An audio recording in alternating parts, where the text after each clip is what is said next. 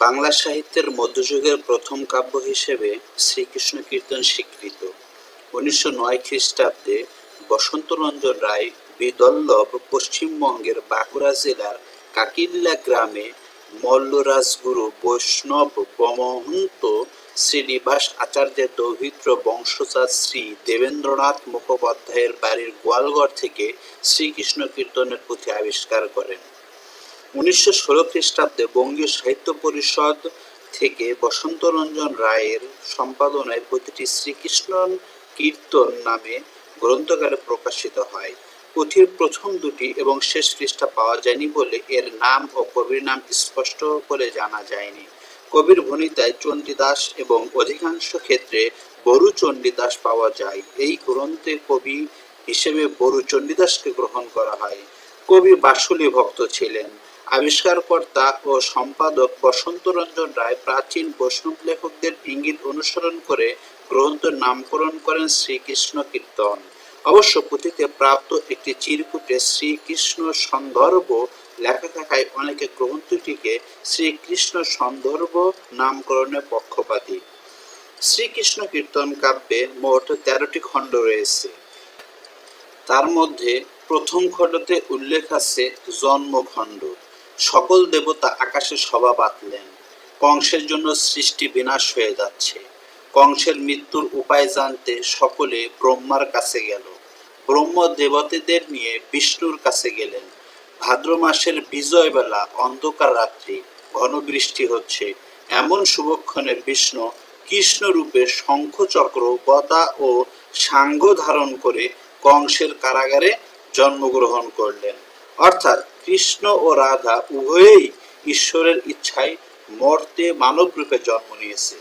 কৃষ্ণ পাপী কংস রাধাকে বধ করার জন্য দেবকী ও বাসুদেবের সন্তান হিসেবে জন্ম নেয়। কিন্তু জন্মমাত্র বাসুদেব গোপনে কৃষ্ণকে অনেক দূরে বৃন্দাবনের যৌনক নন্দগোপের ঘরে রেখে আসে। সেখানে দৈব ইচ্ছায় আরেক গোপ সাগর গোয়ালার স্ত্রী পদ্মার গর্ভে জন্ম নেয় রাধা।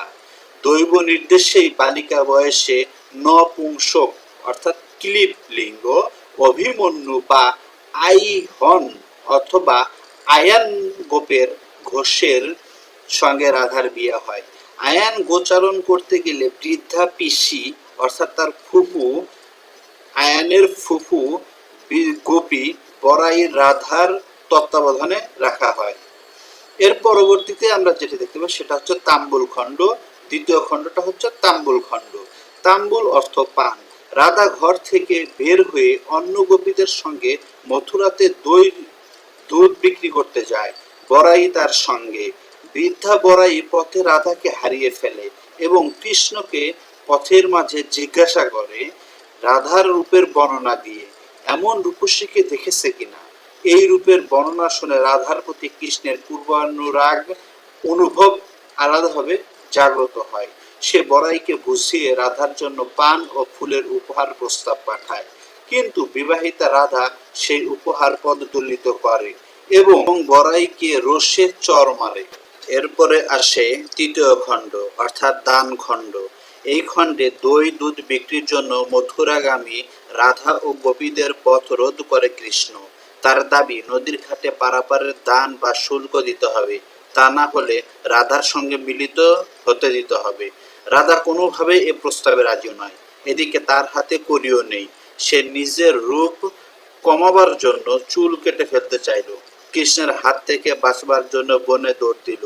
কৃষ্ণ পিছু ছাড়বার পাত্র নয়। অবশেষে কৃষ্ণের ইচ্ছাই কর্ম হলো। এরপর আসে চতুর্থ খণ্ড অর্থাৎ নৌকা খণ্ড। এই নৌকা খণ্ড থেকে রাধা কৃষ্ণকে এড়িয়ে চলে। কৃষ্ণ নদীর মাঝির ছদ্মবেশ ধারণ করে। একজন পার করা যায় এমন একটি নৌকাতে রাধাকে তুলে সে মাঝ নদীতে নিয়ে নৌকা ডুবিয়ে দেয় এবং রাধার সঙ্গ লাভ করে। নদী তীরে উঠে লোক লজ্জার ভয়ে রাধা সখীদের বলে যে নৌকা ডুবে গিয়েছে, কৃষ্ণ না থাকলে সে নিজেও মরত। কৃষ্ণ তার জীবন বাঁচিয়েছে। এরপর আসে পঞ্চম খণ্ড অর্থাৎ ভার খণ্ড। শরৎকাল, শুকনো পথঘাট হেঁটেই মথুরাতে গিয়ে দুধ দই বিক্রি করা যায়। কিন্তু রাধা আর বাড়ির বাইরে আসে না। শাশুড়ি বা স্বামীকেও সে আগের ঘটনাগুলো ভয়ে ও লজ্জায় খুলে বলেনি।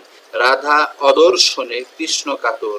সে বড়াইকে দিয়ে রাধার শাশুড়িকে বোঝায় ঘরে বসে থেকে কি হবে, রাধা দুধ দই বেচে কত পয়সা তো আনতে পারে। শাশুড়ির নির্দেশে রাধা বাইরে বের হয়, কিন্তু প্রচণ্ড রোদে কোমল শরীরে দুধ দই বহন করতে গিয়ে ক্লান্ত হয়ে পড়ে। এ সময় কৃষ্ণ ছদ্মবেশে মজুরি করতে আসে। পরে ভার বহন অর্থাৎ মজুরির বদলে রাধার আলিঙ্গন কামনা করে। রাধা এই চতুরতা বুঝতে পারে, সেও কাজ আদায়ের লক্ষ্যে মিথ্যা আশ্বাস দেয়। কৃষ্ণ আশায় আশায় রাধার পিছু পিছু ভার নিয়ে মথুরা পর্যন্ত চলে। এরপরে আসে ষষ্ঠ খণ্ড অর্থাৎ ছত্রখণ্ড। দুধ দই বেচে মথুরা থেকে এবার ফেরার পালা। কৃষ্ণ তার প্রাপ্য আলিঙ্গন চাইছে। রাধা চালাকি করে বলে, এখনো প্রচণ্ড রোদ, তুমি আমাদের মাথায় ছাতা ধরে বৃন্দাবন পর্যন্ত চলো, পরে দেখা যাবে। কৃষ্ণ ছাতা ধরতে লজ্জা ও অপমান বোধ করছিল, তবু আশা নিয়ে কৃষ্ণ ছাতা ধরেই চলল, কিন্তু তার আশা পূর্ণ করেনি রাধা। এরপর সপ্তম খণ্ড বৃন্দাবন খণ্ড। রাধার বিরুদ্ধে মনোভাব কৃষ্ণকে ভাবান্ত ঘটায়। সে অন্য পথ অবলম্বন করে, নিজে কটু বাক্য বলে না, দান বা শুল্ক আদায়ের নামে বিড়ম্বনা করে না, বরং বৃন্দাবনকে অপূর্ব শোভায় সাজিয়ে তুলল। রাধা ও গোপীরা সেই শোভা দর্শন করে কৃষ্ণের উপর রাগ ভুলে যায়। তারা পরিবর্তিত কৃষ্ণ দেখতে আগ্রহ দেখায়। কৃষ্ণ সব গোপীকে দেখা দেয়। পরে রাধার সঙ্গে তার দর্শন ও মিলন হয়। এর পরবর্তীতে আসে অষ্টম খণ্ড কালীয় দমন খণ্ড। যমুনা নদী বৃন্দাবনের উপর দিয়ে প্রবাহিত। সেখানে কালীয় নাগ বাস করে, তার বিষে সেই জল বিষাক্ত। কৃষ্ণ কালীয় নাগকে তাড়াতে নদীর জলে ঝাঁপ দেন। দৈব ইচ্ছায় ও কৃষ্ণ বিরতে কালিয়া নাগ পরাস্ত হয় এবং দক্ষিণ সাগরে বসবাস করতে যায়। কালীয় নাগের সঙ্গে কৃষ্ণ যখন জল যুদ্ধে লিপ্ত, তখন রাধার বিশেষ কাতরতা প্রকাশ পায়। যমুনা খণ্ড অর্থাৎ নবম খণ্ড যমুনা খণ্ড। রাধা ও গোপীরা যমুনাতে জল আনতে যায়। কৃষ্ণ যমুনার জলে নেমে হঠাৎ ডুব দিয়ে আর ওঠে না। সবাই মনে করে কৃষ্ণ ডুবে গেছে। এদিকে কৃষ্ণ লুকিয়ে কদম গাছে বসে থাকে। রাধা ও সখীরা জলে নেমে কৃষ্ণকে খুঁজতে থাকে।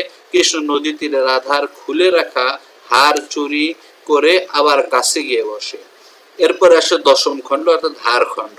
পরে কৃষ্ণের চালাকি বোঝা যায়। হার না পেয়ে রাধা কৃষ্ণের পালিতা মা যশোদার কাছে নালিশ করে।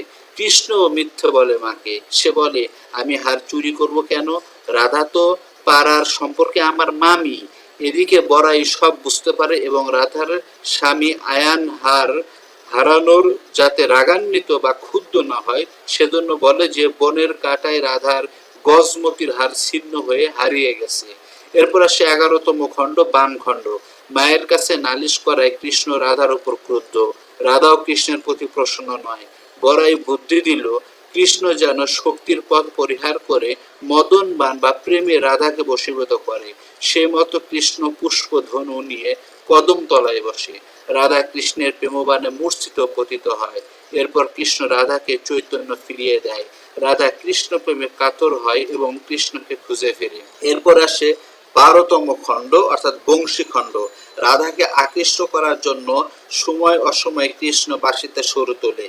কৃষ্ণের বাঁশি শুনে রাধা রান্না এলোমেলো হয়ে যায়। মন কুমারের চুল্লির মতো পুড়তে থাকে। রাতে ঘুম আসে না। ভোরবেলা কৃষ্ণ অদর্শনে রাধা মূর্ছা যায়। বড়াই রাধাকে পরামর্শ দেয়, সারা রাত বাঁশি বাজিয়ে সকালে কদমতলায় কৃষ্ণ বাঁশি শিওরে রেখে ঘুমায়। তুমি সেই বাঁশি চুরি করো, তাহলে সমস্যার সমাধান। রাধা তাই করে। কৃষ্ণ বুদ্ধিমান, বাঁশি চোরকে তা বুঝতে তার কষ্ট হয় না। রাধা কৃষ্ণকে বলে, বড়াইকে সাক্ষী রেখে কৃষ্ণের কথা দিতে হবে যে সে কখনো রাধার কথার অবাধ্য হবে না এবং রাধাকে ত্যাগ করে যাবে না। তাহলেই বাঁশির সন্ধান মিলতে পারে। কৃষ্ণ কথা দেয়, বাঁশি ফিরে পায়। এরপরে আসে 13তম খণ্ড বিরহ খণ্ড। কৃষ্ণ তারপরেও রাধার উপর উদাসীন। এদিকে মধুমাস সমাগত। রাধা বিরহ অনুগত করে। রাধা বড়াইকে বলছে কৃষ্ণকে এনে দিতে।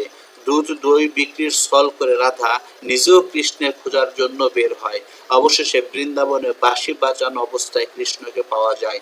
কৃষ্ণ রাধাকে বলে, তুমি আমাকে নানা সময় লাঞ্ছনা করেছো, ভার বহন করিয়েছো, মায়ের কাছে আমার নামে বিচার দিয়েছো, তাই তোমার উপর আমার মন উঠে গেছে।